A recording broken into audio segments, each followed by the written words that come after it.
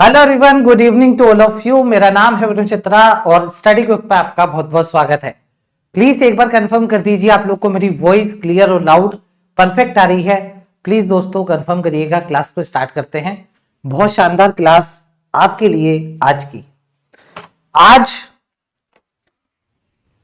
हम क्लास के अंदर ये सीखेंगे कि जब आप बैंक एग्जाम की प्रिपरेशन स्टार्ट कर रहे हैं तो आपको कौन कौन सी चीजों को सीखना है, वो कौन कौन से टॉपिक्स हैं, कौन कौन से पॉइंट्स हैं जो आप लोग को ध्यान में रखने हैं कि हाँ हमें इस तरीके से कोर्स करना है या इस तरीके से हमें सीखना है। वो सारी चीजें आज आपके सामने रखने जा रहा हूं। हम आज डे 2 करने जा रहे हैं। 4 डेज 4 टॉपिक्स इंपॉर्टेंट मैं आपके सामने रख रहा हूं। डे 1 ऑलरेडी हो चुका है। मैं आप लोग को बता देता हूं डे 1 कहां हुआ है। ये जब आप इसी चैनल के प्लेलिस्ट में जाएंगे या प्लेलिस्ट में या लाइव में अगर आप जाएंगे तो लाइव में अगर आप देखेंगे तो डे 1 कल हो चुका है, जिसको लगभग 3000 स्टूडेंट ने देख लिया है। इसके अंदर हमने देखा था कि रीडिंग और ग्रामर दोनों का कितना इंपॉर्टेंस है। रीडिंग कितनी करनी है, कैसे करनी है, वो कौन से पॉइंट्स हैं जो ग्रामर में नहीं आएंगे, वो कौन से पॉइंट है जो रीडिंग में नहीं आएंगे। तो दोनों इंपॉर्टेंट था। ये हमने कल की क्लास में सीखा था। यहां पर आज हम सीखेंगे कि अगर पेपर हमारे को प्री के पेपर में अगर अच्छे मार्क्स निकालने हैं, प्री की बात करेंगे आज अपन, तो हम किस स्ट्रेटेजी के साथ जाएं, क्या पढ़ना है, कितना पढ़ना है, वो सब आज बताने वाला हूं। क्वेश्चन आंसर के साथ ही बताऊंगा। तो चलिए क्लास को स्टार्ट करते हैं।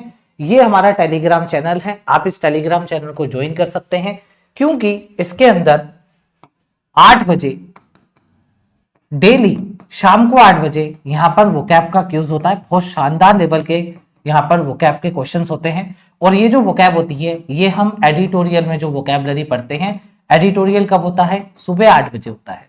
सुबह 8 बजे जो आपने वोकैबलरी पढ़ी उसका रिवीजन शाम को 8 बजे टेलीग्राम चैनल पर हो जाता है। ठीक है, लाइक कर देंगे, सेशन को शेयर कर देंगे और चैनल को सब्सक्राइब कर देंगे अगर आप न्यू हैं तो। चलिए भाई देखते हैं आज की क्लास में क्या है।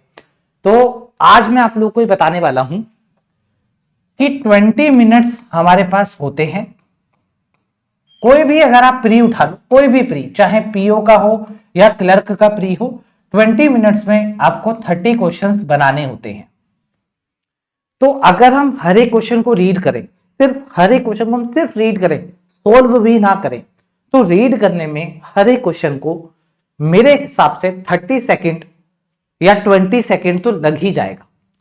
तो भी अगर हम हर एक क्वेश्चन को रीड भी करेंगे ना, तब भी मुश्किल है हम पूरे 30 क्वेश्चंस देख पाए, क्योंकि बैंक एग्जाम में रीडिंग से अगर हम सारे क्वेश्चंस बनाएंगे तो हम इस 20 मिनट में 30 क्वेश्चन देख भी नहीं सकते, बनाना तो दूर की बात है।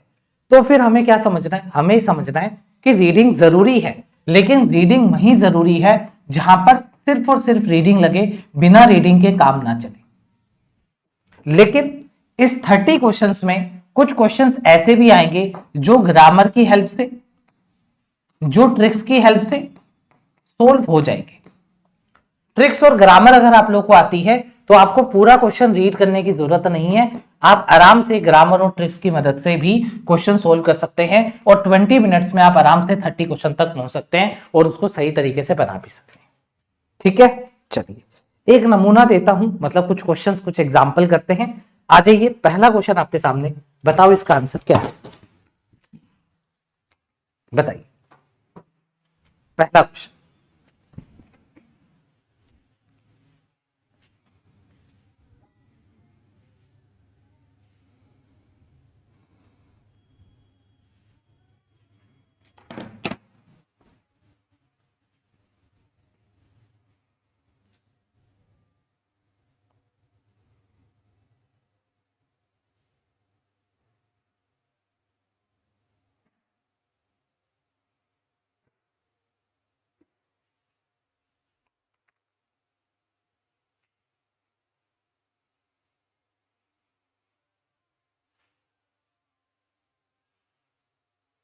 क्वेश्चन नंबर 1 है आज की क्लास का। आप लोग अपना ऑप्शन पिक कर लें, क्या ऑप्शन आपका आ रहा है।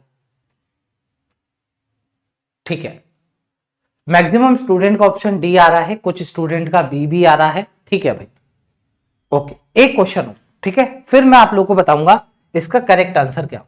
ये क्वेश्चन नंबर 2 है, इसका आंसर दो क्या आ रहा है।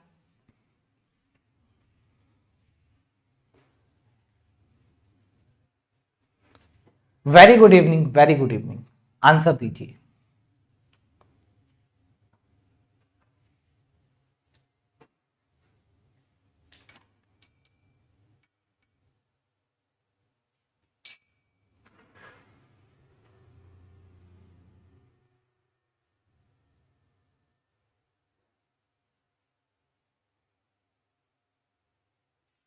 चलिए अब देखिए, अब समझते हैं ना। देखो हम तैयारी कर रहे हैं बैंक एग्जाम्स की, तो बैंक एग्जाम में जो एग्जामिनर होगा वो आप लोगों को क्वेश्चंस ऐसे देगा, आपको बहुत इजी लगेंगे। जैसे आपको ये बहुत इजी क्वेश्चन लग रहा है, अरे यार सर रिफ्लेक्ट का मतलब सबको पता है, सर कास्ट का मतलब सबको पता है, लूम्स का मतलब सबको पता है। लूम्स का मतलब क्या होता है, कोई चीज एक जगह रुकी हुई है, लटकी हुई है, एक ही जगह टिकी हुई है। इल्यूमिनेट्स का मतलब सर सबको पता है। सर ये तो इजी है क्वेश्चन। तो जिन्होंने एग्जाम दिए हैं अगर आप उनसे पूछेंगे तो वो यही कहेंगे कि सर क्वेश्चन जो एग्जाम में आएंगे इंग्लिश को लेकर के बहुत इजी आएंगे, डुएबल आएंगे, लेकिन मार्क्स नहीं आ पाते, मार्क्स कट जाते हैं। नॉर्मलाइजेशन का बहाना, या फिर ये भी कह सकते हैं वाक्य में नॉर्मलाइजेशन होता भी है, लेकिन काफी ज्यादा स्टूडेंट बहाना लगा देते हैं नॉर्मलाइजेशन का, जो कि सच नहीं है हर बार। तो समझना पड़ेगा कि यार क्वेश्चन में है क्या। तो अगर आप ध्यान से देखो तो मैक्सिमम स्टूडेंट इसमें ई ऑप्शन के साथ जाएंगे, और अगर मैं आपको ये बोलूं कि ए ऑप्शन गलत है, ए ऑप्शन भी गलत है, बी ऑप्शन भी गलत है, तो फिर आपको लगेगा यार कुछ गड़बड़ हो गई अपन से, तो कुछ गड़बड़ हो गई। अब देखो क्यों गलत है ये, अब इसको समझना, यही चीज हमारे को सीखनी है। अगर आप देखोगे सेंटेंस कितना इजी है, सिंपल है, लेकिन ऑप्शंस ट्रिकी है। कैसे पता चला मैं बताता हूं। आपने रीड करा under the dim emergency lights, तो आप लोग का पूरा दिमाग है लाइट्स को लेकर के, आप लोग लगा रहे हो लाइट्स रिफ्लेक्ट, लाइट्स कास्ट, तभी तो आपका आंसर ई आ रहा है। तो इसका मतलब आप लोग जो मेन सब्जेक्ट है, क्योंकि फिलर में भी तो सब्जेक्ट इंपॉर्टेंट है, फिलर में अगर आप फिल इन द ब्लैंक को फिल करने जा रहे हैं तो आपको समझना तो पड़ेगा सेंटेंस क्या है, सेंटेंस के अकॉर्डिंग ही तो आप फिल करोगे। तो आप लोगों ने क्या मान लिया, ये जो लाइट्स है इसके लिए आप लोग यहां पर वर्ब लगाने के पीछे तुले हुए हो। आप लोग को लग रहा है लाइट्स के लिए वर्ब लगा दो। अगर आप इंग्लिश को बिल्कुल जीरो से पढ़ रहे हो तो आपको सबसे पहले यह पढ़ना पड़ेगा कि सेंटेंस के अंदर सब्जेक्ट कौन सा होता है, सब्जेक्ट की इंपॉर्टेंस को समझना पड़ेगा। सब्जेक्ट अगर आपके हाथ में नहीं आएगा तो आप सेंटेंस क्या है, किसके ऊपर है, नहीं पता लगा पाओगे। अगर आप इस क्वेश्चन को ध्यान से देखो तो यहां पर शुरुआत हो रही है अंडर से, और अंडर यहां पर प्रेपोजिशन है, और प्रेपोजिशन के बाद कुछ भी आ जाए वो ऑब्जेक्ट होता है। ये हम डिटेल में पढ़ेंगे मंजिल बैच 2026। तो इसका मतलब अंडर के बाद आपने जो भी लिखा है ये तो आपका ऑब्जेक्ट हो गया, इसका मतलब इसके लिए वर्ब नहीं आ सकती। तो फिर इसके बाद जो चीज आ रही है उसके लिए आपको वर्ब लगानी पड़ेगी। मतलब यहां पर जो वर्ब आएगी वो आ क्लाउड के लिए आएगी। तो बोला जा रहा है एक क्लाउड टेंशन का, एक क्लाउड टेंशन का, तो एक क्लाउड है टेंशन का, तो अगर एक क्लाउड है टेंशन का तो वर्ब के पीछे एस लगाएगा, एस फॉर सिंगुलर। तो आपका ए आंसर बी आंसर गलत हो गया, तो ई भी गलत हो गया, या तो सी आएगा या तो डी आएगा। अब बताओ टेंशन का जो क्लाउड होगा वो लूम करेगा, मतलब वो लूम्स करेगा, या वो इल्यूमिनेट्स करेगा। इल्यूमिनेट्स तो पॉजिटिव वोकैब है, टेंशन का क्लाउड थोड़ा ना इल्यूमिनेट्स करेगा, इल्यूमिनेट्स तो पॉजिटिव वोकैब है, डी आंसर नहीं आ सकता। मतलब जो टेंशन का क्लाउड है वो सर पर मंडरा रहा है, लटका हुआ है, सर पर तो नहीं, यहां पे कहां लटका हुआ है, under the dim emergency light. तो जो डिम इमरजेंसी लाइट है उसके नीचे, उसके अंदर, मतलब अंडर मतलब उसकी रेंज में क्या है, वो एक टेंशन का क्लाउड जो है वो टिका हुआ है, रुका हुआ है। तो इसका जो करेक्ट आंसर आएगा दोस्तों सी आएगा। बताओ क्वेश्चन कैसा लगा।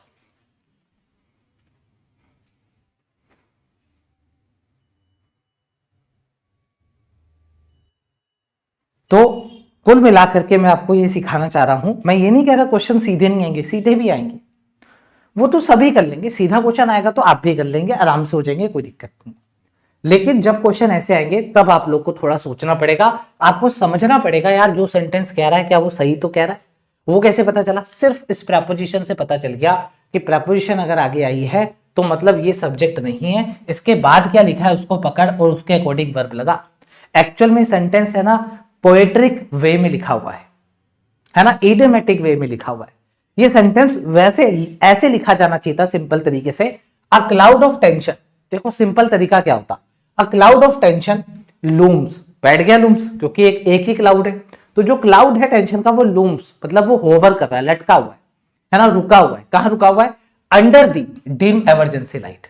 फिर अपन लिखते under the dim emergency light, उसके बाद अपन लिखते that no one comments on, जिसके ऊपर कोई कमेंट नहीं कर रहा, जिसके ऊपर कोई ध्यान नहीं दे रहा।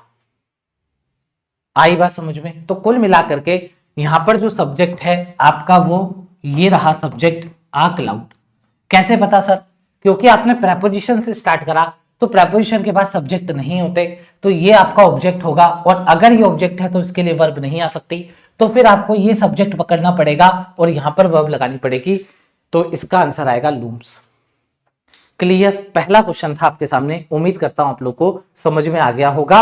हम इस तरीके से प्रैक्टिकल वे में समझेंगे, क्योंकि अब 2026 की बात है, अब वो जमाने गए कि चलो आ जाओ नाउन पढ़ेंगे प्रोनाउन पढ़ेंगे, नहीं, कुछ अलग कुछ इनोवेटिव, लेकिन जीरो से, लेकिन बेसिक से समझना पड़ेगा। अब हर एक चीज को रीड नहीं कर सकते, इतना टाइम एग्जाम में नहीं मिलेगा। ये हो गया आपका क्वेश्चन। चलो अब आ जाओ पहले वाले क्वेश्चन पर, यहां पर आ जाओ। यहां पर अगर आप ध्यान से देखो तो आपको यहां पर एक वर्ब लगानी है, देख लो चेक कर लो, सारी वर्ब बहुत सिंपल है।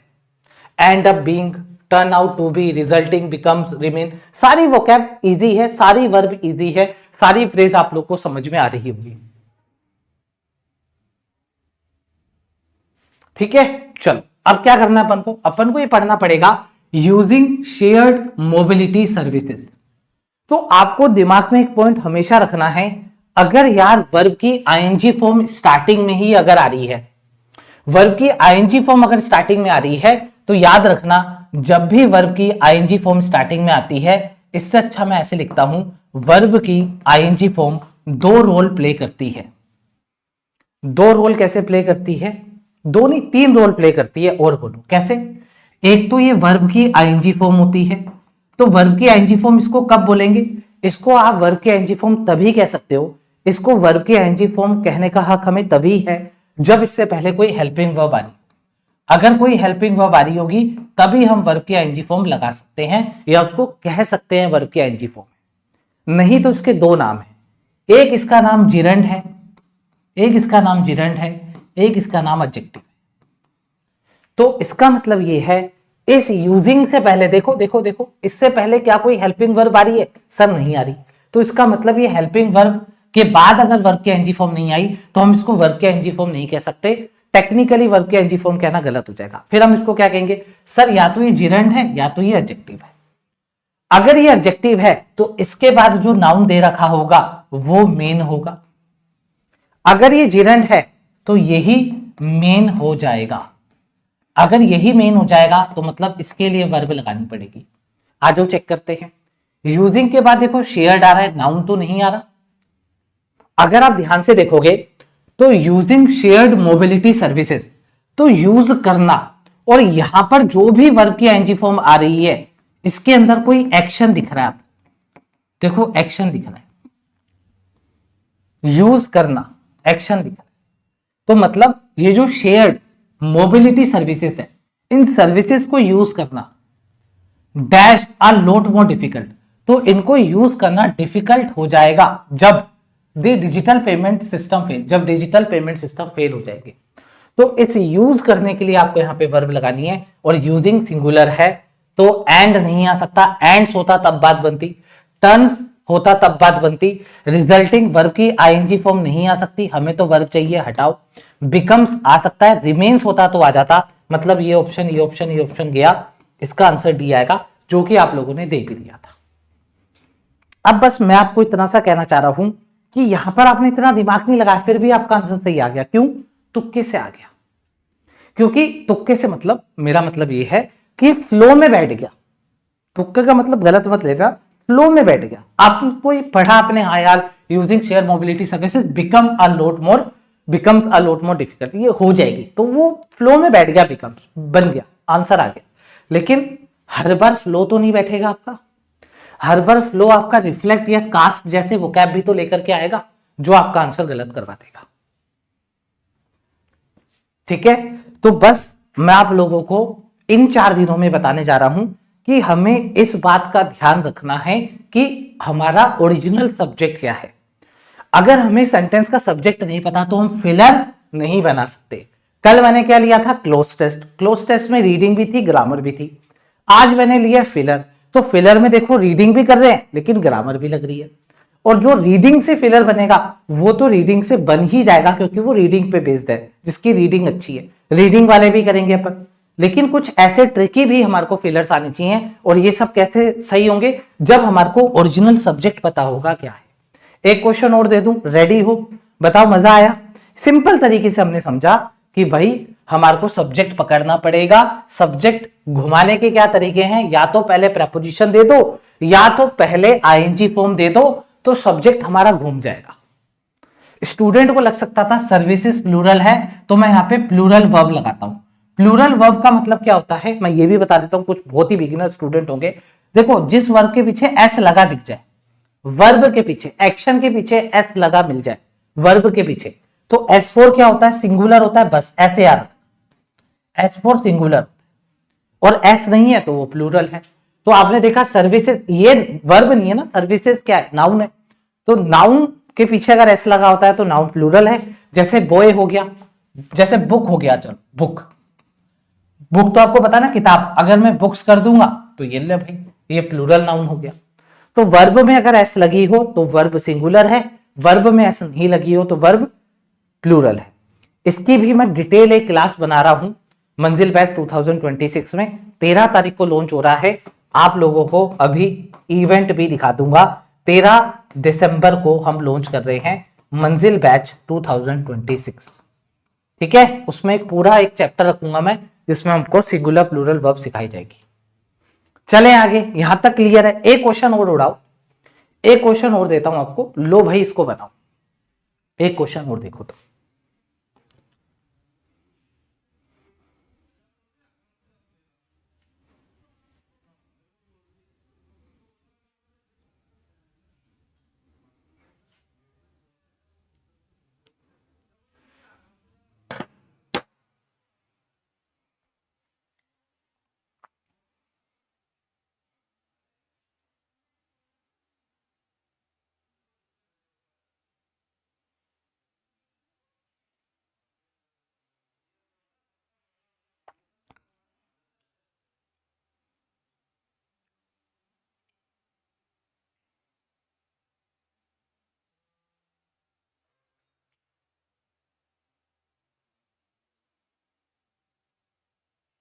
चलिए अब इस क्वेश्चन को देखिए।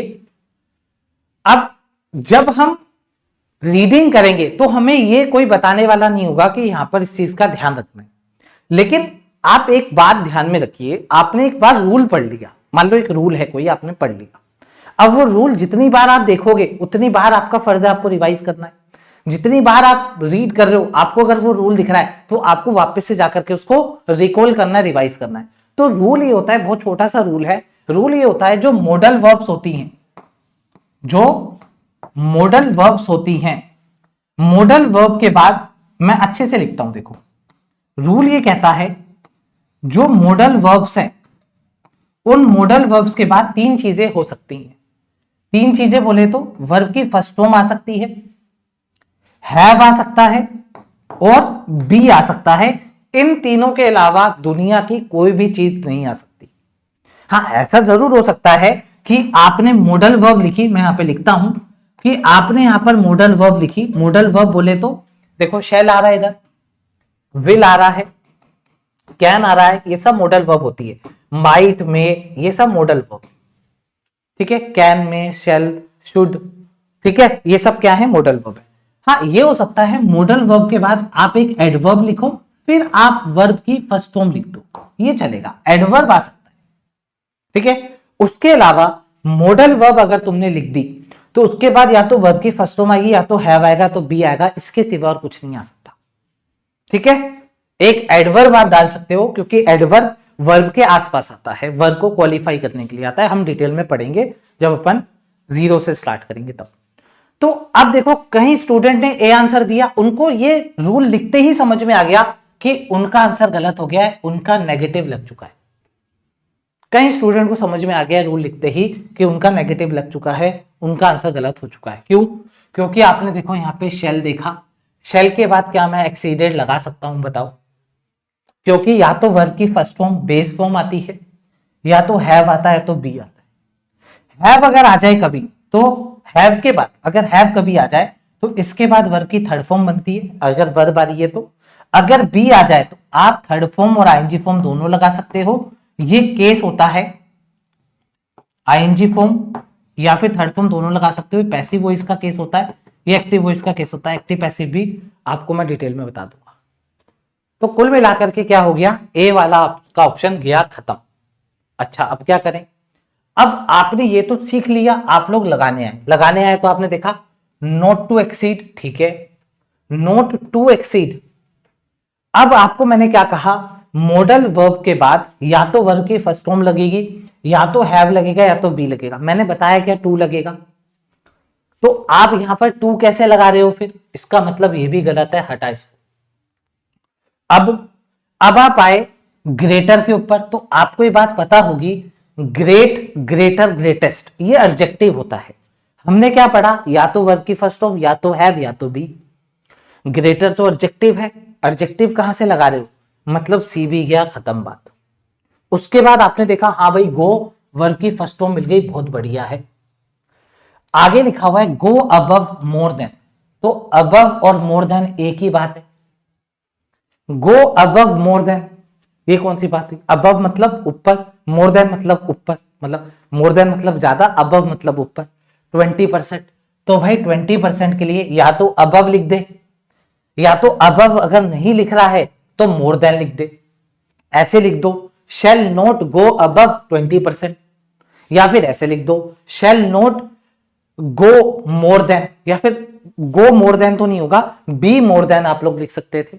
तो कुल मिलाकर के अबव और मोर देन दोनों साथ में लिखना सुपरफ्लो हो जाएगा। तो कई बार जब अपन इंग्लिश में जब हम ग्रामर सीख रहे होंगे तो कुछ ऐसे वर्ड्स होंगे जिसमें सुपरफ्लो ग्रामर में नहीं आता है, वो रीडिंग में आता है। तो वो रीडिंग के थ्रू अपन सीखेंगे ऐसे कौन से फ्रेजेस हैं या ऐसे कौन से वर्ड हैं जो सुपरफ्लो रहे। यहाँ पे अबव और मोर देन सुपरफ्लो रहा है तो डी आंसर भी नहीं आएगा, इसका आंसर आपको सिंपल सा ई लगाना पड़ेगा। बताओ क्लियर है क्या? ये है क्वेश्चन, आपके सामने क्वेश्चन है। क्वेश्चन दिखने में बहुत इजी है, लेकिन अगर आप क्वेश्चन को ध्यान से देख रहे हो तो कितने सारे कंसेप्ट आप लोगों ने सीख लिए। अब आप इसके पीछे का मेथड समझिए। अगर सोचो मैं आपको नॉर्मल पढ़ा था, देखो मॉडल वर्ब के बाद वर्ब की फर्स्ट फॉर्म आती है, क्या आप इतना ध्यान में रख पाते? नहीं। मैं आपको पहले क्वेश्चन दिया, आपने पूरा दिमाग लगा लिया अपना, फिर आपके आंसर गलत है, फिर मैंने बताया देखो ये इसलिए गलत है, तो आपको एक पॉइंट याद हो गया, अच्छा इसलिए गलत है, तो आपने ध्यान रखा आगे कभी ऐसा आएगा तो मेरे को ध्यान रखना है। आपने देखा यहाँ पे टू था, अच्छा हाँ यार सर ने बताया ये होता है, टू के कारण काट दिया। इससे क्या हो रहा है, आपका कॉन्फिडेंस स्टार्टिंग में इनिशियल फेज में बिल्ड हो रहा है। अगर मैं आपको सिंपल सेंटेंसेस से पढ़ाऊं, देखो ये वर्ब की फर्स्ट फॉर्म आती है, हैव आता है, बी आता है, याद रखना एक रूल हो गया, चल आगे बढ़। अगर मैं ऐसे सिखाऊंगा तो फिर तो आप बुक से पढ़ लोगे, बुक लेकर के पढ़ लोगे, पीडीएफ से पढ़ लोगे, क्लास लेने की क्या जरूरत है। मैं आप लोगों को ये बताना चाह रहा हूं कि डे वन से ही आपको पता हो ये क्यों काट रहे हैं अपन, क्या रीजन है काट दिया, ये क्यों काट रहे हैं, क्या रीजन है काट दिया, ये क्यों काट रहे हैं, क्या रीजन है काट दिया, ये क्यों काटा, क्या रीजन है काट दिया, ये क्यों लगाया, क्या रीजन है इसको लगा दिया। यही चीज अगर आपको डे वन से पता चल गई तो यकीन मानिए आप जब एग्जाम पास में होंगे ना तो सब टीचर यही बोल रहे होंगे आपको कि भाई आपको ऑप्शंस के थ्रू चेक करना पड़ेगा, ये क्यों नहीं आ रहा, ये क्यों आ रहा है, तभी तो एक आंसर सही कर पाओगे आप, तभी तो एक्यूरेसी आएगी। English is all about accuracy. Attempt से कोई फर्क नहीं पड़ता इंग्लिश में, अटेम्प्ट से मतलब इतना फर्क नहीं पड़ता, ऐसा तो है नहीं दो करे आए सही करके आगे, अटेम्प्ट से उतना फर्क नहीं पड़ता जितना एक्यूरेसी से फर्क पड़ जाता है। मेरे पास बहुत ज्यादा मतलब मेरे पास ऐसे ठोस सबूत हैं जो ये बताते हैं कि अटेम्प्ट अगर एक्यूरेसी से किया जाए तो मार्क्स बढ़ करके मिलते हैं। ठीक है, मैं बहुत ज्यादा स्क्रीनशॉट टेलीग्राम पे शेयर कर चुका हूं ऐसे स्टूडेंट के जिनको मार्क्स प्लस में मिले हैं जितने वो अटेम्प्ट करके आए थे, आप लोग देख सकते हैं। क्या यहां तक क्लियर है बताइए? क्लियर हो गए 3 क्वेश्चन।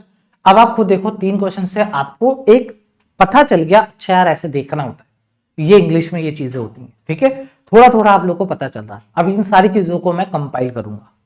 अब मैं आगे बढ़ रहा हूं। अब जब आप इंग्लिश में उतरोगे, इंग्लिश में आओगे, तो आपको एरर जरूर मिलेगी, एरर मिलेगी। अब आप मेरे को एक बात बताओ कि अगर आपके सामने ये एरर का क्वेश्चन आए तो आप इसको कैसे देखोगे, कैसे इसका आंसर करोगे? जरा ट्राई करो, फिर मैं बताता हूं। एक बार ट्राई मारिए।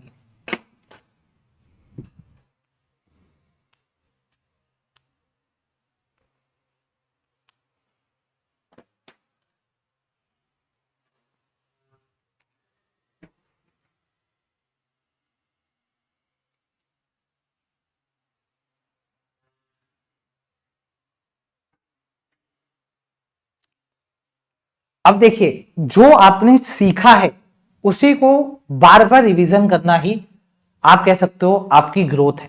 जो सीखा है उसको बार बार रिवाइज करेंगे, जो सीखा रिवाइज करा, जो सीखा रिवाइज करा, तो आपके दिमाग में बैठ जाएगा और वहीं से आपकी ग्रोथ स्टार्ट होगी। तो आपने अभी अभी देखा था, अगर वर्ब की आईएनजी फॉर्म स्टार्टिंग में आ जाए तो ये दिक्कत कर देती है। देखो, वर्ब की आईएनजी फॉर्म स्टार्टिंग में आ रही है, अब ये दिक्कत कर सकती है भाई। अभी तो सीखा अपन ने, कहां सीखा? देखो यहां पर सीखा था, कहां गया भाई? ये ना, वर्ब की आईएनजी फॉर्म स्टार्टिंग में आ गई थी, दिक्कत कर दी थी। प्राइवेट जो सर्विसेज है ये प्लूरल है, लेकिन प्लूरल के अकॉर्डिंग वर्ब नहीं आई, वर्ब यूजिंग के अकॉर्डिंग आ गई थी, जो कि सिंगुलर वर्ब थी, पीछे ऐसे लगा हुआ था। तो ये वाली बात को अगर आप ध्यान में रखो और आप इसको पढ़ो, तो यार वर्ब की आईएनजी फॉर्म स्टार्टिंग में आ गई, तो आपको पता है वर्ब की आईएनजी फॉर्म, इसको वर्ब की आईएनजी फॉर्म बोलना तभी सही है जब इससे पहले हेल्पिंग वर्ब लगा हो। इससे पहले तो कोई हेल्पिंग वर्ब नहीं लगा, मतलब ये वर्ब की आईएनजी फॉर्म तो नहीं है। फिर सर या तो ये तो एडजेक्टिव होगा, अगर एडजेक्टिव होगा तो किसी नाउन के लिए आ रहा होगा। एडजेक्टिव क्या होता है? नाउन के बारे में बताता है कि नाउन कैसा है। ठीक है, नाउन कैसा है। जैसे बर्निंग ट्रेन, मान लो मैंने ट्रेन लिखा, ट्रेन होगी तो ट्रेन ट्रेन है। मैंने लिखा बर्निंग ट्रेन तो जलती हुई ट्रेन। मैंने लिखा पेन तो पेन पेन है। मैंने लिखा ब्रोकन पेन, टूटा हुआ पेन। तो जो भी नाउन से पहले लगता है वो एडजेक्टिव होता है, बताता है नाउन किस कंडीशन में, कैसा नाउन है। तो या तो ये एडजेक्टिव होगा वर्ब की आईएनजी फॉर्म, या तो ये जिरंड बना होगा, और जिरंड अगर बना होगा तो जिरंड नाउन की तरह काम करता है और ये अपने आप में सब्जेक्ट भी बना लेता है, ये सब्जेक्ट की तरह भी काम कर लेता है। तो वर्ब की आईएनजी फॉर्म स्टार्टिंग में ही आपने देखा रेगुलेटिंग एमर्जिंग, रेगुलेटिंग एमर्जिंग, तो एमर्जिंग यार एडजेक्टिव है यहां पर, किसका? आर्टिफिशियल इंटेलिजेंस का। आर्टिफिशियल इंटेलिजेंस नाउन है और इसका एडजेक्टिव ये रहा बढ़ते हुए, एमर्ज होते हुए आर्टिफिशियल इंटेलिजेंस टेक्नोलॉजीज। अच्छा ओके, तो टेक्नोलॉजीज और सॉरी इंटेलिजेंस और टेक्नोलॉजी, इंटेलिजेंस भी नाउन, ये भी नाउन, दोनों कंपाउंड नाउन है और आर्टिफिशियल इंटेलिजेंस टेक्नोलॉजीज की बात हो रही है। तो कुल मिलाकर के ये दोनों मिलाकर के कंपाउंड नाउन और ये आर्टिफिशियल इंटेलिजेंस है, तो ये आर्टिफिशियल इसका क्या हो गया? एडजेक्टिव हो गया। तो कुल मिलाकर के बात यहां पर हो रही है कि जो एमर्ज हो रही है, क्या? आर्टिफिशियल इंटेलिजेंस टेक्नोलॉजी जो एमर्ज हो रही है। अच्छा, एमर्ज जो हो रही है तो ये तो एडजेक्टिव है, तो इनके लिए यहां पर पहले क्या लगा हुआ है? रेगुलेटिंग लगा हुआ है। तो रेगुलेटिंग वर्ब की आईएनजी फॉर्म तो नहीं है, ना तो ये एडजेक्टिव है, क्योंकि एडजेक्टिव तो ये आ गया। तो फिर ये क्या हुआ? ये जिरंड हुआ, जिरंड हुआ तो नाउन हुआ, तो ये सब्जेक्ट बना। इसका मतलब इस रेगुलेटिंग के लिए, मतलब रेगुलेटिंग का मतलब रेगुलेट करना, एक्शन हो रहा है, रेगुलेटिंग, रेगुलेट करना। अब अगर आप यहां पे देखो एमर्जिंग, तो मतलब कोई चीज एमर्ज हो रही है, अपने आप एमर्ज हो रही है, ऊपर आ रही है, बढ़ रही है, लेकिन रेगुलेट तो कोई करेगा ना, इंटेंशनली कोई रेगुलेट करेगा। तो इसका मतलब ये जो रेगुलेटिंग है, वर्ब की आईएनजी फॉर्म स्टार्टिंग में आ रही है, मतलब ये एडजेक्टिव तो नहीं है, ये था एडजेक्टिव इस नाउन का, एक और एडजेक्टिव तो नहीं हो सकता। फिर ये क्या है? ये जिरंड है, नाउन है और सब्जेक्ट है। वैसे बहुत डिटेल में होता है ये, मैं आपको डिटेल में बताऊंगा जब अपन जीरो से पढ़ेंगे। अभी एक आइडिया दे रहा हूं कैसे पकड़ना होता है एरर को। ये स्कोप है एग्जामिनर के पास, एग्जामिनर को पता है स्टूडेंट आएंगे फ्लो में पढ़ के निकल जाएंगे, इस पे ध्यान नहीं देगा, लेकिन हमने तो पढ़ लिया, ये इस पे ध्यान देना है। तो ये क्या हो रहा है? ये एक्शन हो रहा है और ये एक्शन ही हमारा यहाँ पर क्या है? सब्जेक्ट की तरह काम कर रहा है। क्यों? क्योंकि हमने इस एक्शन में आईएनजी फॉर्म लगा रखी है। जैसे वॉक, आपको पता है वॉक, वॉक मतलब क्या होता है, वर्ब है, वॉक मतलब टहलना, लेकिन मुझे इसको सब्जेक्ट बनाना है, मतलब मुझे इस एक्शन को सब्जेक्ट की तरह यूज करना है, तो मैं लिखूंगा walking is good for health. सबसे सिंपल और common example, is good for health, ये। तो इस वॉकिंग को मैंने क्या कर दिया, सब्जेक्ट बना दिया। ये सिंपल है, पकड़ में आ जाता है, लेकिन ये चीजें पकड़ में नहीं आती। तो जब भी आईएनजी फॉर्म स्टार्टिंग में आ जाए तो चेक करना, अगर आईएनजी फॉर्म स्टार्टिंग में आ रही है तो वर्ब की आईएनजी फॉर्म नहीं है, क्योंकि इससे पहले हेल्पिंग वर्ब नहीं लगी हुई। या तो एडजेक्टिव होगा या तो जेरेंट होगा। एडजेक्टिव हो नहीं सकता है, जेरेंट है। तो रेगुलेट करना किनको, टेक्नोलॉजीज को। बिफोर, बिफोर आपका प्रपोजिशन है ना, दे आउटपेस। अच्छा एक और चीज बता दूं, बिफोर आपका प्रपोजिशन भी होता है, टाइम फ्रेज भी बताता है, मतलब पहले बात की। तो बिफोर मतलब पहले की बात बता रहा है। तो पहले के लिए दे यहां पर अब आपका सब्जेक्ट हो गया, इस दे के लिए आउटपेस आ गया। Outpace ethical and legal frameworks. तो आउटपेस का मतलब किसी चीज को पीछे छोड़ जाना। तो दे किसके लिए आया होगा, कोई प्लूरल चीज है उसके लिए दे आया है। प्लूरल क्या है, टेक्नोलॉजीज।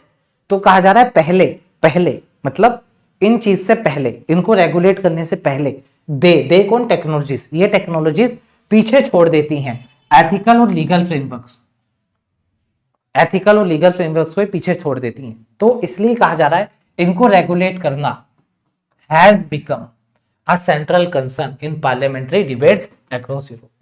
तो यहां पे रेगुलेटिंग के लिए आपको हैज लगाना पड़ेगा, मतलब सी आंसर आएगा। बहुत ही तगड़ा क्वेश्चन आपके सामने। क्या क्लियर है बताइए? आ गया समझ में? अब आपने इतना जो भाषण आपने सुना, इस भाषण में आपको सिर्फ एक ही चीज याद रखनी है, अगर वर्ब की आईएनजी फॉर्म स्टार्टिंग में रही है तो कुछ गड़बड़ कर जाएगी।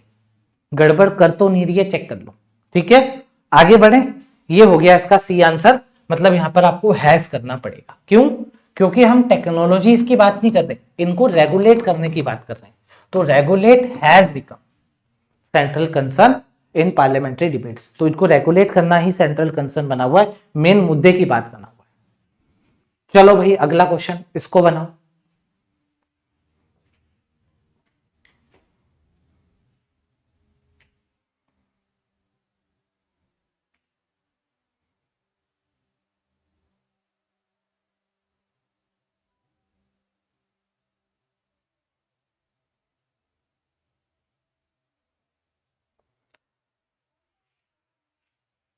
प्रिया, प्रिया जी कुछ कह रही हैं। Hello sir, I could attempt all the questions correctly in English section of my pharmacy officer exam just because of you.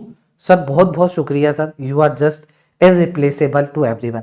Thank you Priya, thank you so much. हाँ आज एसओ का रिजल्ट आया है ना, एसओ का रिजल्ट आया, score card आया I think, है ना। तो उसमें स्कोर कार्ड आए होंगे। तो आपने जेन्युइनली फॉलो करा, आप कंसिस्टेंट बने रहे, इसलिए आपका रिजल्ट आया। बस मैं सभी स्टूडेंट से कहना चाहूंगा, एक बार देखो, प्रैक्टिकली सीखो इंग्लिश को। इंग्लिश को हर एक चीज में रीडिंग घुसाना, उसको हर एक चीज को हिंदी ट्रांसलेट करके करना, हमेशा आपका आंसर गलत ही आएगा। हिंदी ट्रांसलेशन से इंग्लिश नहीं होती, इंग्लिश कंसेप्ट से होती है। हिंदी ट्रांसलेशन आरसी में जरूरी है, यहां नहीं चलेगी, ना फिलर में चलेगी, ना क्लोज टेस्ट में चलेगी, सिर्फ रीडिंग कॉम्प्रिहेंशन में ही ट्रांसलेशन चलता है। अब देखो यहां पर आ रखा है एमर्जिंग, क्या रखा है, एमर्जिंग। अब आप बताओ कोई एमर्ज कर रहा है क्या? टेक्नोलॉजीज जो एमर्ज हो रही हैं, तो एमर्जिंग टेक्नोलॉजीज जो एमर्ज हो रही हैं। अब यहां पर जो वर्ब की आईएनजी फॉर्म आई है, ये क्या बन के आया है? ये एडजेक्टिव बन के आया ना, हाँ के ना बताइए? हाँ भाई बताओ, ये एडजेक्टिव ही तो बन के आया है। आपको पता है स्टार्टिंग में आईएनजी फॉर्म आई है, कुछ गड़बड़ कर देगी। तो इससे पहले हेल्पिंग वर्ब नहीं है, मतलब ये आईएनजी फॉर्म नहीं है। या तो ये एडजेक्टिव है या तो ये जिरेंड है। सिंपल भाषा में हमने समझा। तो ये जिरेंड हो सकता है क्या? नहीं। क्यों? क्योंकि इसमें एक्शन नहीं है। एमर्जिंग, जो टेक्नोलॉजी एमर्ज हो रही है, जो उभर करके आ रही है, सामने आ रही है ना भाई, जो उभर कर, रेगुलेट करना एक्शन, इंटेंशनली उसको कोई रेगुलेट कर रहा है, ठीक है। तो इसका मतलब ये टेक्नोलॉजीज आपका नाउन है, और इसके पहले आपने लिख दिया ये एडजेक्टिव। तो इसका मतलब एडजेक्टिव के लिए कभी वर्ब आती नहीं है, इस टेक्नोलॉजीज के लिए वर्ब आ रही होगी। तो आर बिल्कुल सही है। Are rapidly redefining traditional work places, क्या लिखा हुआ है, sorry, work spaces and prompting. अब आर के बाद आपने देखा अगर आईएनजी फॉर्म है तो मैंने आपको कल ही सिखाया था क्लोज टेस्ट में, तो एंड के बाद भी वही फॉर्म रिपीट होगी, आईएनजी फॉर्म आएगा, are revaluation of labour regulations. तो इसका मतलब इसका आंसर क्या हो जाएगा, नो एरर हो जाएगा, है ना। इसका आंसर क्या हो जाएगा, नो एरर हो जाएगा। आई बात समझ में। तो वर्ब की आईएनजी फॉर्म स्टार्टिंग में आ गई तो गड़बड़ कर सकती है, ये नहीं कि उसने गड़बड़ कर ही दी, पढ़ो समझो। तो यहां पे एमर्जिंग आ रहा है। अब देखो मैं इसको है ना अगर गलत करना चाहूं, मतलब मैं चाहूं आर गलत है, तो मुझे एडजेक्टिव चेंज करना पड़ेगा।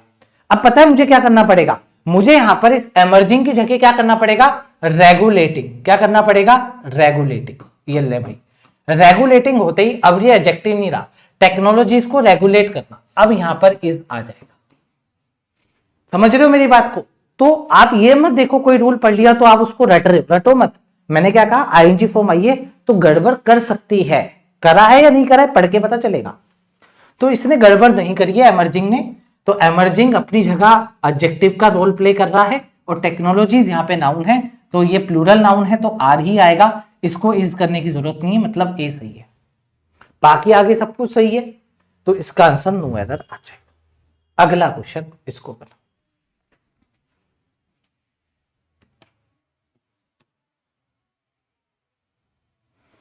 मेरे से बात करनी है, मेरे से अगर बात करनी है तो बहुत सिंपल है, वरुण चित्रा 41 टेलीग्राम आईडी है मेरी, मैसेज करो मैं बात करता हूं, वरुण चित्रा 41। एमर्जिंग आइडियाज हो तब भी आइडियाज के लिए आर ही लगेगा, क्योंकि एमर्जिंग जो है वो कोई एक्शन नहीं है, हम कह रहे हैं जो आइडियाज निकल करके आ रहे हैं, तो एमर्जिंग ये एडजेक्टिव की तरह यूज हो रहा है।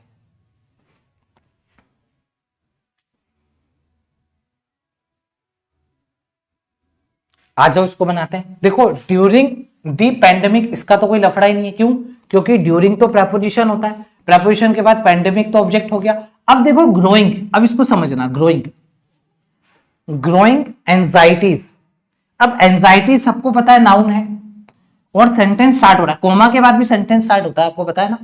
तो भाई एंजाइटीज नाउन है तो ये क्या होगा, इसके पहले हेल्पिंग वर्ब तो नहीं है, या तो सर ये एडजेक्टिव है ना, या तो ये एडजेक्टिव है सर, या तो ये जिरेंड है। अब मुझे कैसे पता चलेगा, तो मैं देखूंगा यहां पर एक्शन हो रहा है क्या, ग्रोइंग मतलब बढ़ती हुई एंजाइटीज, कोई बढ़ा थोड़ी ना रहा है एंजाइटीज, बढ़ती हुई एंजाइटीज अमंग फ्रंटलाइन वर्कर्स।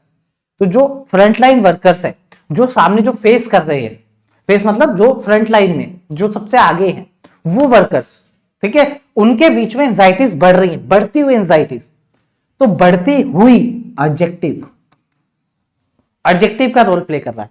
तो ग्रोइंग एंजाइटीज, बढ़ती anxieties among frontline workers significantly impact, तो इंपैक्ट गलत है, इंपैक्ट आएगा, मतलब आपको सी लगाना। क्यों गलत है, क्योंकि एस लग गया, एस तो सिंगुलर के लिए आता है, लेकिन हमारा जो सब्जेक्ट है वो तो एंजाइटीज है, एंजाइटीज तो प्लूरल है, तो प्लूरल है तो एस हटा, तो इंपैक्ट आएगा, मतलब सी आंसर आएगा। बहुत बढ़िया, बहुत बढ़िया भाई, मैक्सिमम स्टूडेंट का किया, समझ गए आप, मेरी बात समझ गए ना। अच्छा सर एक काम करो, आप तो हमें ये बताओ, यहां पर कोई ऐसा वर्ड लगा करके बताओ जिससे कि ये इंपैक्ट सही हो जाए।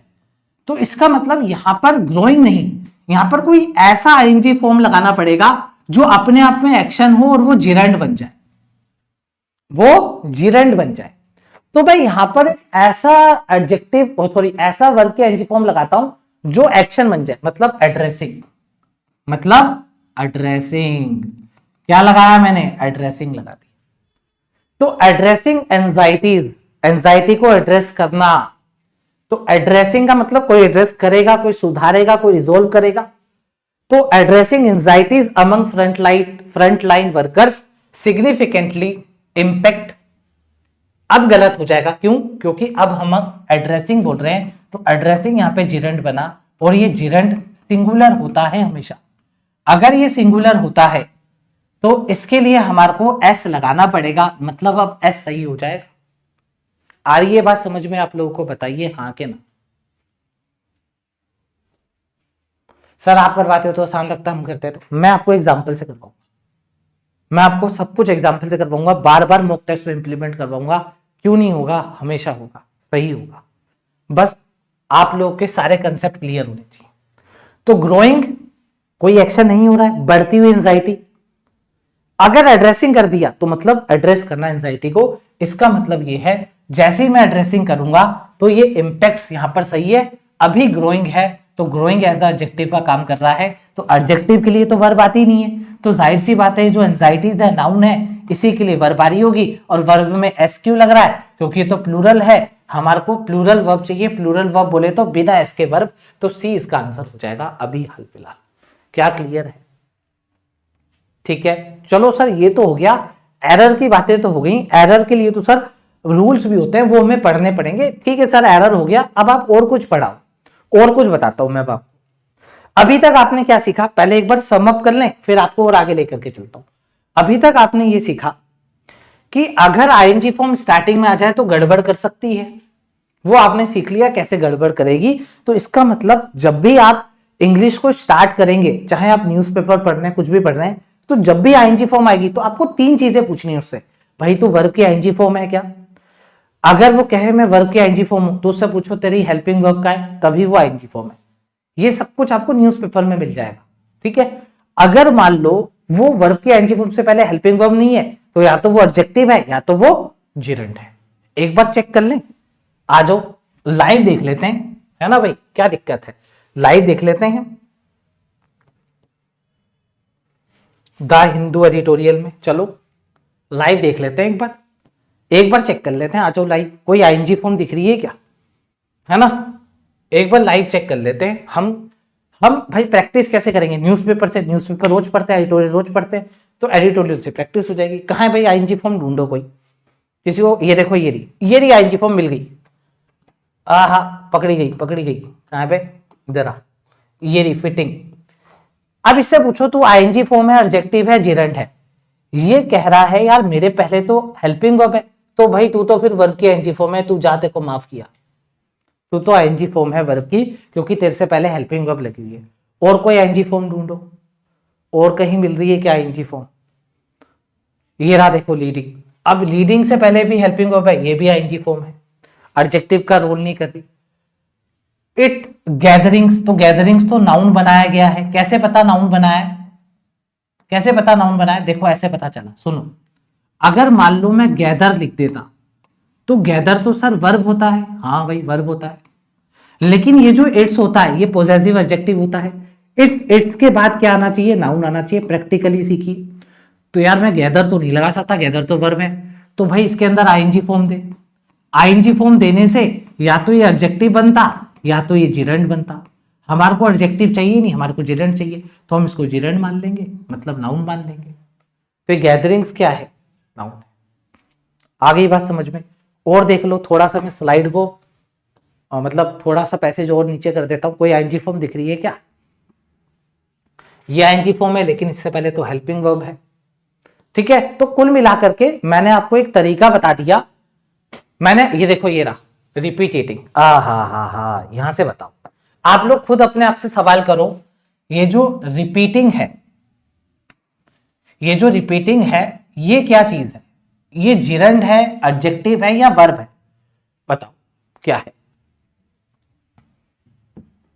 दिख तो रहा है ना आप लोगों को, आई होप दिख रहा होगा। ये एडजेक्टिव है सर, कैसे पता? देखो, क्या इससे पहले हेल्पिंग वर्ब है? नहीं सर, अवॉइड लिखा हुआ, हेल्पिंग वर्ब तो नहीं है। तो क्या ये जिरेंड है क्या? नहीं सर, मिस्टेक्स है, मिस्टेक्स नाउन है। और कैसे मिस्टेक है? बार बार रिपीट हो रही है सर ये मिस्टेक, अवॉइड रिपीटिंग मिस्टेक, बार बार जो रिपीट मिस्टेक हो रही है, तो इसका मतलब ये नाउन के बारे में बता रहा है, ये एडजेक्टिव है। तो कुल मिलाकर के, अब वैसे तो बहुत कुछ है, पढ़ेंगे डिटेल में, लेकिन अभी के लिए मैं जो आप लोगों को सिखाना चाहता था आप लोग वो सीख गए। आपने लाइव एग्जाम्पल देख लिया, और ये एग्जाम्पल कहाँ का था? न्यूज़पेपर का था, जो हम पढ़ते हैं। ओके भाई सर, ठीक है, ये हो गया। अब क्या करना है? अब देखो, जब आप अपने आप को चेक करोगे तो मॉक टेस्ट से चेक करोगे, क्यूज से चेक करोगे कि आप कितने पानी में हो, आपने कितना सीखा। तो आपके सामने सीखने के बाद मैच दी कॉलम भी आएंगे। लो भाई मैच दी कॉलम बनाओ फटाफट, आ जाओ मैच दी कॉलम का आंसर दो, फिर मैं बताता हूं आपको।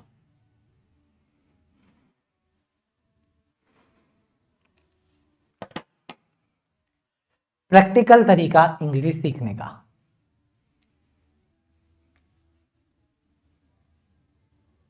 सर पीओ इंटरव्यू में क्या लेके जाना होगा ऋषि, मैं आपको क्लास के एंड में बताता हूं। मैंने आईबीपीएस पीओ के इंटरव्यू 2 बार दिए, 2 बार लाइफ में।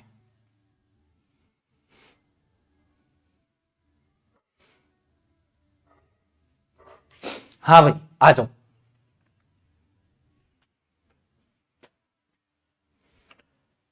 कॉलम 1 और कॉलम 2 आंसर आ रहे हैं, आंसर आ रहे हैं। अब सर आंसर तो आ गया इसका, अब पता नहीं सर सही है नहीं है, सही होगा सर रीड करके कराए। अब आप मेरे को एक बात बताओ कि अगर मान लो 3 मैथ्स कॉलम आ गए एग्जाम में, और ऐसा हर बार हुआ है कि तीनों के तीनों जो मैथ्स कॉलम हैं, ऐसा हर बार हुआ है कि उन 3 में से 2 या 1 डायरेक्ट ट्रिक से बन जाएगा, चाहे वो मैथ्स कॉलम हो चाहे वो रीअरेंजमेंट हो। ट्रिक क्या होती है सर इसमें? ट्रिक ये होती है कि आपको बस लास्ट वाले कुछ वर्ड्स को देखना होता है। जैसे कि अगर आप ध्यान से देखो तो यहां पे लिखा हुआ है बाय, और अगर इससे पहले आप देखो तो लिखा हुआ है असिस्टेड। तो इज असिस्टेड बाय, इसका मतलब ये काम किसी के द्वारा किया गया। तो भाई किसके द्वारा किया गया है? वो नाउन, वो बंदे का नाम, वो नाउन लिखा होगा बाद में। तो पहले मैं बी को उठाऊंगा। क्यों? क्योंकि बी में मुझे एक ट्रिक मिल गई, और ये ट्रिक हम सब पढ़ेंगे, डील करेंगे। ठीक है, देखो क्या, surgery now a days is assisted by, किसके द्वारा? टूथ ब्रेक नहीं, नाउन चाहिए। बाय मैनी, अरे बाय हाथ हो गया, फिर मैनी क्यों लगाना है? हाई एंड रोबोट्स, बैठ गया, सर्जरी रोबोट्स का BD, BD era, BD era, C और ई पढ़ो और आगे बढ़ो। तो इसका मतलब ये है, ये चीजें हमें सीखनी होंगी। मैं ये नहीं कह रहा सब में लग जाएगा, लेकिन अगर 3 मैथ्स दी कॉलम आ रहे हैं, सोचो 2 में भी लग गया, हमारा जो टाइम बच गया। बच्चा क्या करेगा? ए और एफ, पहले ए पढ़ेगा इतना बड़ा, फिर एफ, अरे यार नहीं बैठ रहा, गया टाइम। हमने क्या कहा? बाय है, और बाय से तो एक कंसेप्ट बनता है, क्योंकि बाय, बाय के पहले अगर थर्ड फॉर्म है तो मतलब किसी के द्वारा कोई चीज हो रही है, पैसिव वॉइस में, तो जिसके द्वारा हो रही है लिखना पड़ेगा भाई, किसके द्वारा हो रही है, तो वो लिखना पड़ता है। तो वो लिखा हुआ कहाँ है? ये ना, ये लिखा हुआ है, मिल गया। अब सी और ई को पढ़ ले, सी को पढ़ लेते हैं। Global warming and climate change are not taken seriously. तो कहा जा रहा है जो ग्लोबल वार्मिंग है और जो क्लाइमेट चेंज है उसको सीरियसली नहीं लिया जा रहा by many foolhardy politicians. ऐसे पॉलिटिशियंस जो फूल हैं, फूल हार्डी का मतलब जो लापरवाह है, वो इसको सीरियसली नहीं ले रहे। ले भाई, बात बन गई, डी आंसर आ गया। मैं गारंटी ले सकता हूं, मैं आपसे पहले आंसर टिक कर दूंगा। आंसर सबका सही होगा, डी आंसर सबका सही है, सबको 1 नंबर मिल रहा है। लेकिन यहां पे जीत किसकी होगी? जिसका टाइम कम लगेगा, क्योंकि नंबर सब 1 ले जाएंगे, क्योंकि मैथ्स दी कॉलम में बन जाता है एग्जाम में, लेकिन जो टाइम कम लेगा वो जीत जाएगा। यहां पर अगला क्वेश्चन, इसको बनाओ फटाफट।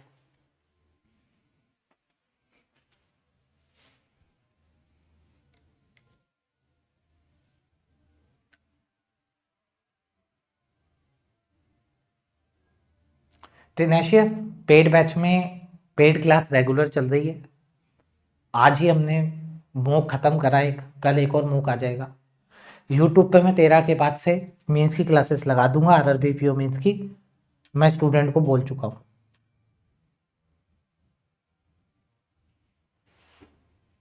अब देखो इसका भी आंसर क्या आ रहा है? डी आ रहा है। मैं चेक कर लेता हूं इसको कैसे बनाए सर। इसको बनाने का क्या तरीका है? देखो इसको बनाने का एक तरीका ये है कि आपको यहां पर इज दिख रहा है, तो मतलब योर कैलस एटीट्यूड, तो इसका जो कैलस एटीट्यूड है इज दैट, ये कुछ कर रहा होगा। या तो आपको वर दिख रहा है, तो इसका मतलब ये है आप इससे भी उठा सकते हो, इससे भी उठा सकते हो, आपको जिससे सही लगे। तो इसका जो कैलस, कैलस का मतलब क्या होता है? मतलब आप कह सकते हो रूड, कह सकते हो रूड, चिड़चिड़ापन, है ना। तो रूड एटीट्यूड आप लोग बोल सकते हो।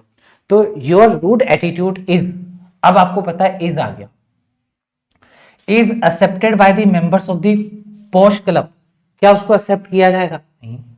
Is frowned upon by many people, तो फ्रोन्ड अपॉन, अब इसके बाद थर्ड फॉर्म चाहिए, हाँ, और आगे बाय लिखा हुआ है बहुत सारे लोगों के द्वारा, तो फ्रोन्ड अपॉन का मतलब क्या होता है? नॉट एक्सेप्टेड, रिजेक्ट कर दे, डिसअप्रूव कर दे। तो बोला जा रहा है तुम्हारा ये जो कैलस एटीट्यूड है इसको रिजेक्ट कर दिया गया है बहुत सारे लोगों के द्वारा। तो ए और ई आ गया, तो ए और ई ये रहा, ए और ई ये रहा। ए और ई के साथ ये बी डी लगा रहा है, एक बार बी डी को भी पढ़ लेते हैं। द स्ट्रिंजेंट रेगुलेशंस वर के बाद डी का है, ग्रजलिंग एक्सेप्टेड बाय द मेंबर्स, तो सही है। स्ट्रिंजेंट जो रेगुलेशंस हैं उसको एक्सेप्ट किया गया मेंबर्स ऑफ पोस्ट क्लब के द्वारा। कैसे एक्सेप्ट किया गया? स्ट्रिंजेंट रेगुलेशंस को एक्सेप्ट किया गया, ग्रजलिंग मतलब ना चाहते हुए भी उनको एक्सेप्ट करना पड़ा। तो इसका जो करेक्ट आंसर आ जाएगा दोस्तों क्या आ जाएगा? डी आ जाएगा। बात करता हूं, एक तो ये तरीका है, हर बार ये तरीका नहीं लगता, मैं एक और तरीका बताता हूं, क्योंकि क्या होता है ना, क्वेश्चन सब बना लेंगे, हमें टाइम सेव करना है। एक तरीका मैच दी कॉलम का ये होता है, आपको है ना ऑप्शन चेक करने हैं, कौन से ऑप्शन ज्यादा दे रखे हैं। जैसे देखो ए और ई ज्यादा दे रखा है, तो पॉसिबिलिटी ये होती है ये आंसर हो सकता है, पॉसिबिलिटी है। तो आप स्टार्ट ही यहां से करो, इधर आओ, यहाँ पे सबसे ज्यादा क्या दे रखा है? सी और बी। तो पॉसिबिलिटी ये होती है एग्जाम में कि जो ज्यादा दिया रखा होता है ना वही आंसर होता है मैक्सिमम टाइम, कभी कभी नहीं भी होता है, लेकिन जो पॉसिबिलिटी कहती है हम उसके अकॉर्डिंग चलते हैं, टाइम कम लगता है। तो सीधा जाके ही बी और डी और सी और ई पे अटैक करने का था, यहाँ पे जाते ही ए और ई पे अटैक करना था। अब ये दोनों कंडीशन आपने सीख ली। सुन लीजिए, बात यह है कि 13 तारीख को 13 दिसंबर को मंजिल बैच 2026 मैं लॉन्च करने जा रहा हूं। अभी हम जो क्लासेस ले रहे हैं, मैं इन क्लासेस के थ्रू आप लोग को ये बता रहा हूं कि भाई हमें किस तरीके से पढ़ना है, क्या प्रैक्टिकल अप्रोच होगी, किन किन चीजों को ध्यान रखना है, क्या क्या चीजें हमारे काम आ सकती है। और हम ये सारी चीजें बिल्कुल जीरो से, अभी देखो मैंने आपको वर्ब की आईएनजी फॉर्म बताई कि स्टार्टिंग में आए तो सब्जेक्ट बन जाती है, तो उसमें भी बहुत ज्यादा डिटेलिंग होती है। वो डिटेलिंग एक ही बार पढ़नी है, बार बार नहीं पढ़नी है। एक बार हमें पूरा डिटेल में पढ़ना है, उसके क्वेश्चंस लगाने हैं। क्वेश्चन ऐसा नहीं एरर वाले क्वेश्चन लगा रहे, नहीं। एक कंसेप्ट अगर हमने पढ़ा तो वो एरर में कैसा दिखेगा कंसेप्ट, अगर एरर बन के आ गया तो वही कंसेप्ट क्लोज टेस्ट में कैसा दिखेगा, वही कंसेप्ट फ्रेज रिप्लेसमेंट में कैसा दिखता है, वही कंसेप्ट अगर मैच दी कॉलम में कभी आ गया तो कैसा दिखेगा। मतलब एक ही कंसेप्ट को अलग अलग तरीके से अपन देखेंगे, डील करेंगे, टैकल करेंगे, तभी हमारे लिए ये जो मल्टीपल टाइप्स है, मैच दी कॉलम हो गया या फिर आप कह सकते हो फिलर्स हो गए, हमने फिलर्स भी डील करे थे स्टार्टिंग में, तो हम ये कह सकते हैं कि हमारे पास एक अच्छा खासा आइडिया होगा, है ना, एक अच्छा खासा हमारे पास आइडिया होगा जिससे कि हम इन क्वेश्चंस को सोल्व कर पाए। अगर हम एक बार कंसेप्ट सीख लेते हैं, मल्टीपल टाइप के अगर हम क्वेश्चंस करेंगे एक ही कंसेप्ट के, तो हमें वो कंसेप्ट भी अच्छे से याद हो जाएगा। तो ऐसा कुछ मैं प्लान कर रहा हूं कि एक कंसेप्ट आपको मल्टीपल टाइप से करवाया जाए, मल्टीपल पैटर्न आपके सामने रखे जाए और आप लोग उसको आराम से बना पाए। क्या आप मेरी बात से सहमत है? और उसके अंदर मैं एक चीज और ऐड कर देता हूं, कल अगर स्टूडेंट नहीं थे तो मैंने एक नया कंसेप्ट निकाला है। अभी तक मुझे नहीं लगता कि वो कंसेप्ट मैंने कहीं देखा हो या आपने कहीं देखा हो। मैंने एक रिवीजन डे करके कंसेप्ट निकाला है। रिवीजन डे मतलब अक्सर क्या होता है, पूरा कोर्स होने के बाद रिवीजन होता है, एग्जाम पास में आते हैं तब रिवीजन होता है। तो जब हमारे पास टाइम है तो हम एक डे रिवीजन का भी तो रख सकते हैं। हमने जितने दिन जो जो पढ़ा वो आकर के रिवीजन डे कर लो, तो जो जो आपने पढ़ा है वो आपका पक्का हो जाएगा, जो चीज छूटी होगी वो भी कवर हो जाएगी और आप लोग को कॉन्फिडेंस भी आएगा, हाँ यार हमारे को तो सब आ रहा है। ठीक है, तो एक रिवीजन डे का मैं कंसेप्ट लेकर के आ रहा हूँ, पूरा डिटेल में बताऊंगा क्या है क्या नहीं है। ठीक है, आ जाओ, इस क्वेश्चन को बनाओ आप लोग, इस क्वेश्चन का आंसर दो मुझे फटाफट, देखो इसमें क्या दिक्कत है।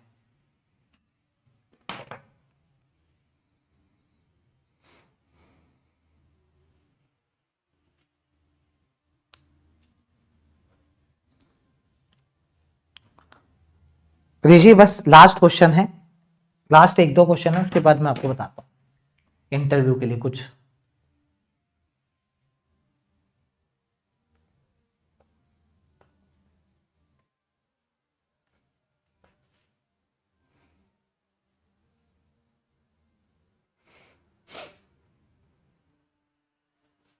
चलिए इस क्वेश्चन को अभी बताते हैं इसका आंसर, एक ये वाला भी क्वेश्चन बना लो फिर एक साथ बताता हूं।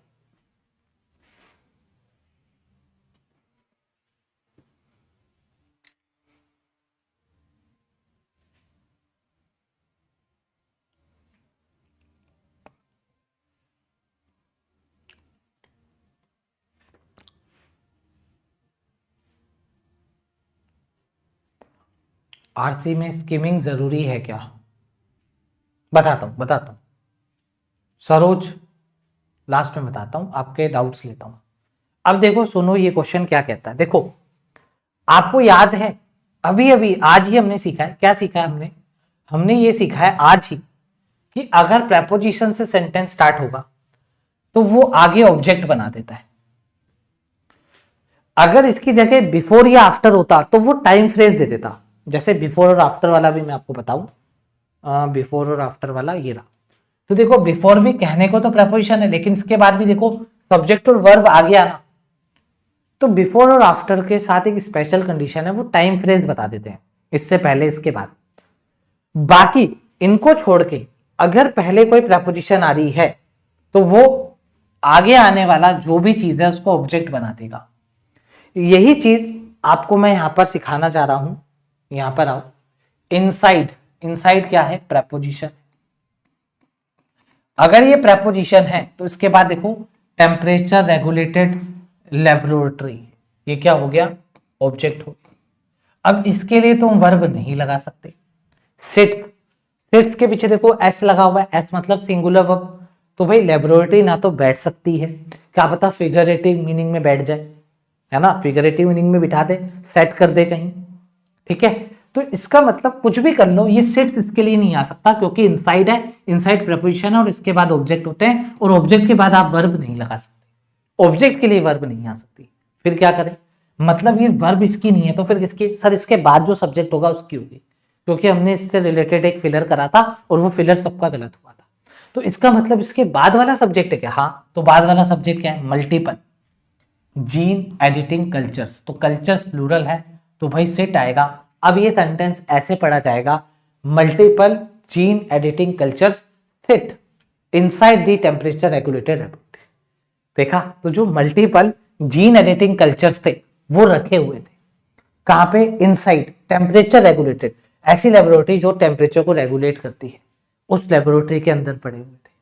तो इसका मतलब ये सेंटेंस इडियोमैटिक वे में लिखा गया है, सेंटेंस है ये, सेंटेंस गलत नहीं है। वर्ब आपको ध्यान रखनी है, इसके बाद जो सब्जेक्ट आ रहा है उसके अकॉर्डिंग आएगी।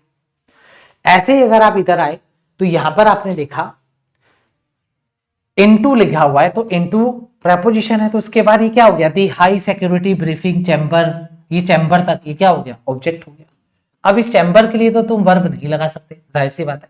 तो इसके बाद क्या आ रहा है? दी सीनियर नेगोशिएटर्स, तो नेगोशिएटर्स प्लूरल है तो भाई एंटर लगा, तो फिर क्या लगा? एंटर लगा। अब पढ़ो, the senior negotiator enter into the high security briefing chamber. आ गई बात समझ में? ठीक है, तो इसको अपन इस तरीके से लिखेंगे, मतलब पढ़ने में ऐसे आएगा कि जो सीनियर नेगोशिएटर्स थे वो एंटर हो रहे थे हाई सिक्योरिटी ब्रीफिंग चैम्बर में। ठीक है, ये सेंटेंस कैसा लिखा हुआ है? इडियोमैटिक वे में लिखा हुआ है, इसलिए इनटू पहले लिख दिया, नहीं तो एंटर के साथ इनटू नहीं आता। वो मैं आप लोगों को पहले ही बता चुका हूं और डिटेल में बता दूंगा कि एंटर, क्योंकि एंटर के साथ मैं लिख देता हूं, चलो एंटर के साथ इनटू हम तब लगा सकते हैं जब हम कोई एग्रीमेंट कर रहे हो, जब हम कोई एग्रीमेंट कर रहे हो, कोई साइन कर रहे हो डील को, नहीं तो एंटर के साथ इनटू नहीं आता। और यहाँ पे एंटर के साथ इनटू आ भी नहीं रहा है ना, इनटू को पहले लिख लिया है, एज अ प्रपोजिशन निकाल लिया है और इसको ऑब्जेक्ट बना दिया है, और एंटर जो है वो इस नेगोशिएटर की वर्ब है। तो इसका आंसर भी क्या है? बी है। अब एक क्वेश्चन मैं आप लोगों को होमवर्क दे रहा हूं, ये आपका होमवर्क क्वेश्चन है, आप लोग इसका आंसर मुझे कमेंट सेक्शन में दीजिएगा और मुझे बताइएगा कि आज की क्लास आप लोगों को कैसी लगी। आज की क्लास में मैंने खास करके ध्यान रखा है कि आप लोगों को वो चीज दिखा पाऊं जो आप लोग देखोगे एग्जाम में, और जब आप मॉक टेस्ट दोगे, क्विज दोगे, तो क्योंकि आपको पता चलना चाहिए आपकी ग्रोथ हो रही है। वो ग्रोथ, वो इंप्रूवमेंट कैसे पता चलेगी? जब आप मॉक टेस्ट या क्विज दोगे, और मॉक टेस्ट और क्विज में आप लोग को ऐसी चीजें मिलेंगी तो आपके दिमाग में पहले ही होना चाहिए, अच्छा यार इसको ऐसे सोल्व करना होता है, देखो प्रेपोजिशन पहले आ गई तो लफड़ा होगा, आईएनजी फॉर्म पहले आ गई तो दिक्कत होगी।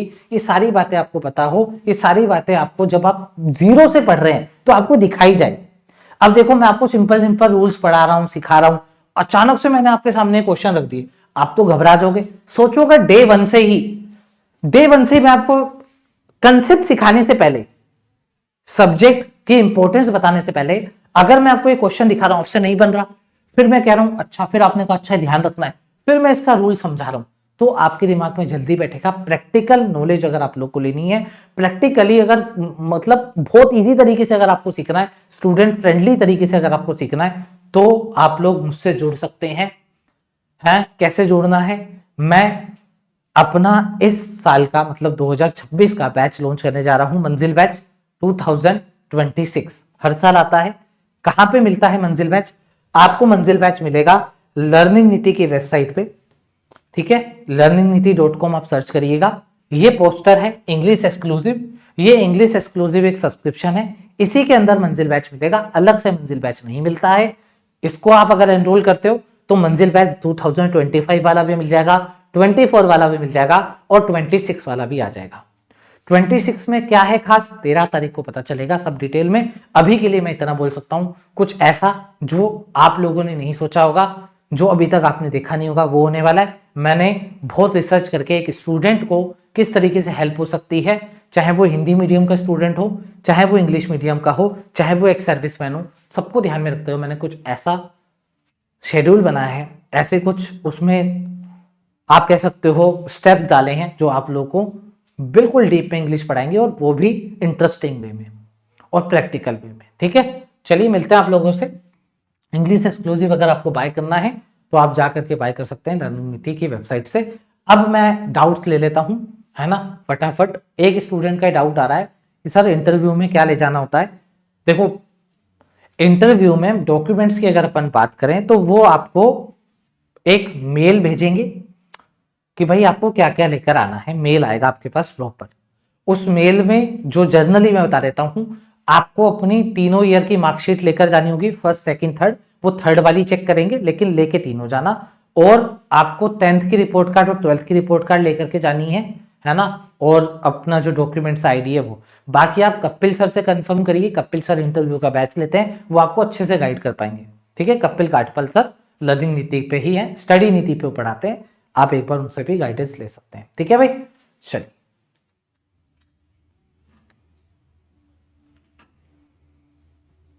क्या कह रहे हो, और क्या डाउट था? एक और डाउट था यार, मैंने देखा तो था, अब वो दिख नहीं रहा है मेरे को। सर वर्ब के एनजी फॉर्म कैसे आइडेंटिफाई होगा, कब वो जीरेंट होगा, कब एडजेक्टिव होगा? मनीष, रीडिंग से होगा, हम डिटेल में पढ़ेंगे, बहुत सारे एग्जांपल देके आपको बताऊंगा कब आईएनजी फॉर्म एडजेक्टिव होगा, कब जीरेंट होगा, पढ़ने से होगा। कोई ऐसा अगर वर्ब की आईएनजी फॉर्म आ गया जिसमें एक्शन छुपा है तो वो जीरेंट है, अगर उसमें एक्शन नहीं छुपा तो वो एडजेक्टिव है। वो पढ़ने से आ जाएगा, मैं बताऊंगा डिटेल में। हाँ, क्या डाउट था पूनम आपका?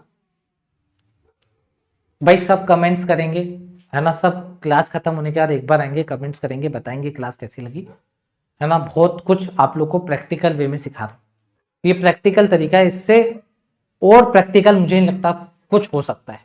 मैं भी चाहूं तो सिंपल सेंटेंस लाके करवा सकता हूं व्यूज के लिए, लेकिन मुझे प्रैक्टिकल नॉलेज आप लोग को देनी है।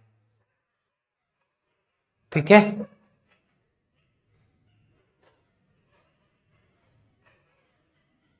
चलिए भाई, तो आज की क्लास में यहीं तक रखता हूं। लास्ट क्वेश्चन पे, ट्रांसफॉर्मेशन सही है क्या? कहां पर है ट्रांसफॉर्मेशन? लास्ट वाला क्वेश्चन, ये कहां लिखा है ट्रांसफॉर्मेशन? मुझे नहीं दिख रहा, चलो मैं आपको कमेंट में बता दूंगा मुझे। अच्छा, ये वाला, okay, each undergoing control transformation, हाँ सही है, क्या दिक्कत है, नाउन है ना ये तो। ट्रांसफॉर्मेशन मतलब रिफॉर्म्स आप कह सकते हो। ईच का मतलब क्या है? हर एक कल्चर्स, जो हर एक कल्चर है वो अंडरगोइंग, वो होकर के गुजर रहे हैं कंट्रोल ट्रांसफॉर्मेशन से, जिसको मॉनिटर किया जा रहा है एडवांस इमेजिंग सिस्टम से। सही है ट्रांसफॉर्मेशन। ईच के बाद सर सिंगुलर नाउन आता है। अच्छा अच्छा अच्छा, सुनो सुनो, ये जो ईच है ना, ईच, अब ईच के लिए वर्ब आ गई अंडरगोइंग, ये होकर के गुजर रहे हैं। ईच किसके लिए आया? ईच के बाद अगर नाउन आए तो ईच के बाद नाउन नहीं आया है। अगर आप ईच ट्रांसफॉर्मेशंस लिखते तब गलत होता। यहां पे बोला जा रहा है हर एक कल्चर अंडरगोइंग, होकर के गुजर रहे, कहां से? कंट्रोल्ड ट्रांसफॉर्मेशन से। अब आप कहेंगे सर ईच के लिए आईएनजी फॉर्म क्यों आई? ईच तो सब्जेक्ट है तो आपको अंडरगोज लगाना चाहिए था। तो सुनिए, अगर आप ईच को सब्जेक्ट बनाना चाह रहे हैं तो हमें एंड लिख करके ईच लिखना पड़ेगा, और हर एक अंडरगोज होकर के गुजरता है, अंडरगोज नहीं, हर एक, तो हम बोलेंगे एंड ईच इज अंडरगोइंग, तब इज लगाते। अभी इज क्यों नहीं लगाया? क्योंकि सिर्फ कोमा है, एडिशनल इंफॉर्मेशन है। ये भी मैं आपको स्ट्रक्चर में सिखाऊंगा, डीप स्ट्रक्चर है, एडवांस स्ट्रक्चर है, उसमें बताऊंगा। ठीक है, ईच अंडरगोइंग बिल्कुल सही है। ये वर्ब की आईएनजी फॉर्म आई है, क्यों? इस ईच के लिए। ईच यहां पर एज एडिशनल इंफॉर्मेशन है, मतलब ऑब्जेक्ट की तरह काम करा है इसने, इसलिए। ठीक है, एडिशनल इंफॉर्मेशन की तरह काम कर रहा है। तो आप ये भी कह सकते हो इस ईच के लिए ये एज एन एडजेक्टिव की तरह यूज हो रहा है, एडिशनल इंफॉर्मेशन की तरह यूज हो रहा है। ठीक है, ओके, चलिए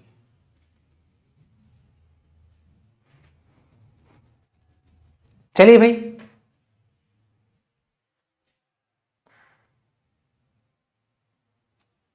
और कोई डाउट किसी का? हाँ भाई, कल, हाँ हर्षल सर भी कुछ स्पेशल लेके आते। हाँ भाई, कल सुबह 10 बजे लर्निंग कैप्सूल पे भी कुछ तगड़ा होने वाला है। कल लर्निंग कैप्सूल का बर्थडे है, सर ने अनाउंसमेंट कर रखा है। आप लोग कल सुबह 10 बजे भी मिल जाना लर्निंग कैप्सूल पर, ध्यान रखना। Rishi Mishra ji, thank you for sharing this information, है ना। चलिए भैया, मिलते हैं आप लोगों से नेक्स्ट क्लास में, तक के लिए थैंक यू।